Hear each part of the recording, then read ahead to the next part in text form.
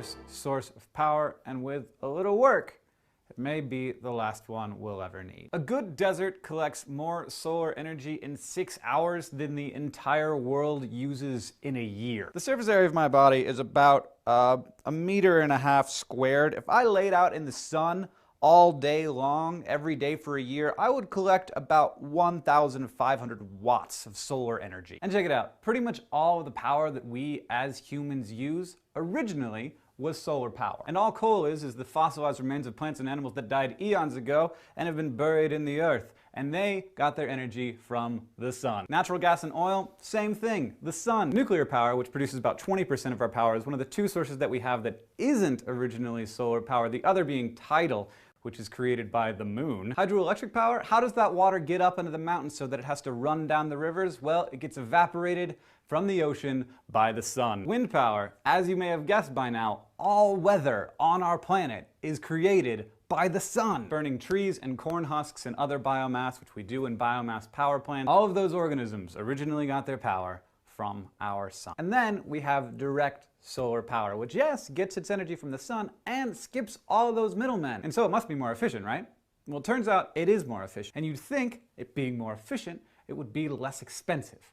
Unfortunately, it is not. When we think about solar power, generally what we think about is photovoltaic cells, those big blue panels that people put on their roofs to generate electricity. When I was researching this, I was actually surprised to find that we've known about the photoelectric effect for almost 200 years. It was discovered in 1839 by a 19-year-old kid named Edmund Becquerel. Now I have to totally go on a tangent here because this is really interesting. Edmund Becquerel is part of what we call a scientific dynasty. So Edmund Becquerel discovered the photoelectric effect. His father discovered that you can refine ores into their pure metals using electrolysis. And his son, along with Marie Pierre Curie, discovered radioactivity. It's just interesting to me that there can be that much scientific talent generation over generation in one family. It's like Martin and Charlie Sheen, except with science and actually cool. Anyway, the most efficient solar cells that we have tend to find their way into outer space. Because efficiency is expensive, but it doesn't matter how expensive something is when you're dealing with the International Space Station, because it's not like you can run a wire up to it. The International Space Station has 16 115-foot-long solar wings. All combined, at peak, these solar panels produce 120 kilowatts of electricity, which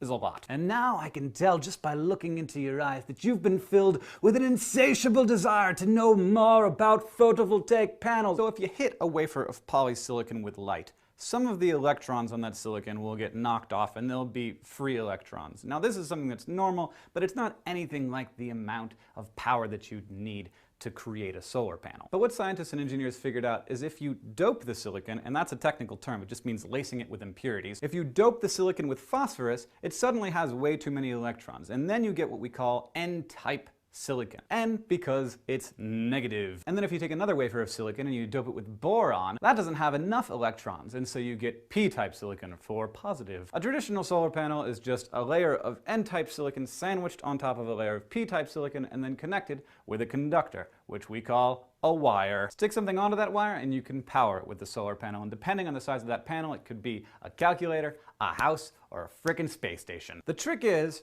how do we either get solar panels to be so efficient that they can make up for their high costs, or find new, less expensive materials that we can use to create photovoltaic panels? Now I have to get off topic a little bit here and talk about how solar power has an advantage that not a lot of people think about. In general, when we produce power, as humanity, we do it at giant power stations that are often hundreds of miles away from where the power is actually used. In order to get the power from the power station to your house, you have to put it on these giant transmission lines, which are extremely expensive, and also having the power travel all that distance is pretty inefficient. You can lose as much as 30% of the power that you generate just getting it from one place to another, which frankly is embarrassing. We created all of those megatons of carbon dioxide just so we could lose the power when we're distributing. And there's a reason we do that, and that's because with a coal-fired power plant, you don't want to have a bunch of little inefficient ones scattering the landscape. You want to have one big one in one place where you can control the pollution and make it as efficient as possible. But with solar power, you can actually generate the power exactly where you're using it. You can put the panel on your roof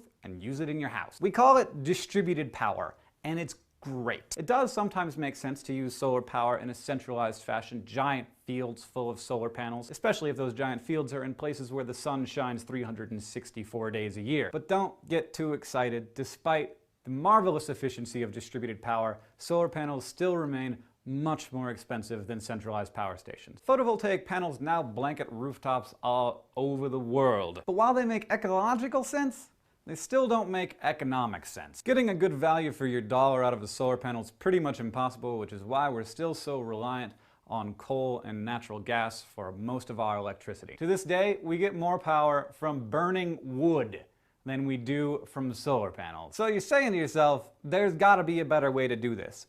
And maybe there is. If you were a particularly malevolent or scientifically minded child, you may have experimented with this technique in the past, using your magnifying glass to create power. And you were probably using that power to kill small insects, which is not something I condone, but there you have it. Sunlight carries a lot of energy, and if you concentrate it into one place, you can do a lot of work. And I prefer if we would be using that work to push electrons into your house so that you can watch me on your computer screen, not to use it to vaporize small animals. Lenses like this are far too expensive to use in solar power plants, so instead we use mirrors. These are called concentrating solar power plants, and in general, what's done is you use the mirrors to focus light on a single point, and there's two real ways that it's done. One, you build a giant tower, and then you fill a field with mirrors, and you make sure that the mirrors are always focusing the sun on the top of that tower. Now, as you might expect, building a giant tower that can handle being heated to some ridiculous heat is kind of expensive, but it is cheaper than pure photovoltaics. The other way that concentrated solar power works is they'll build giant mirrored troughs, like parabolic sort of half cylinders, and in the middle of those they'll put a pipe. So by the time the oil is finished traveling through this parabolic trough, it is so hot that as soon as it enters a vat of water, the water immediately vaporizes. And that's generally how power plants work. You vaporize water, and the vapor takes up much more space than the liquid. And so there's a tremendous amount of pressure, and they use that pressure to drive a turbine,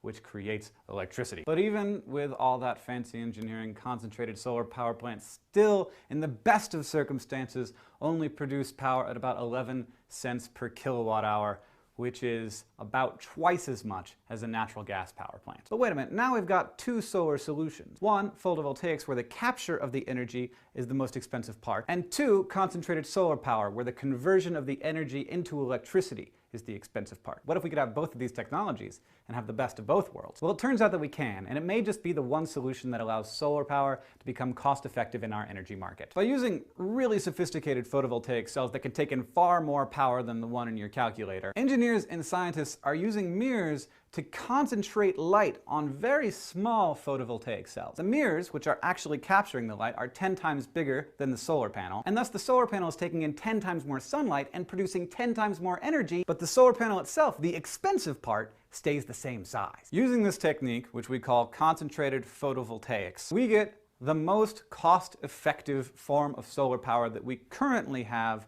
on the market today. They call it CPV for concentrated photovoltaics, and there are several gigawatts of it getting ready to go online in the next 10 years or so. It's important to note, a gigawatt is a lot of electricity. That's about as much as produced by the largest nuclear power plants in America. Going back to the space station for a moment, mostly just because I want to show more of the awesome graphics of the space station. As I said before, it doesn't matter how expensive the solar panels on the space station are, because there's no other way to get power up there. And when I said that those solar panels produce about 120 kilowatts of electricity, I was kind of lying to you. About half the time, the panels on the space station are producing 0 watts of power, and that's because it's in the shadow of the Earth.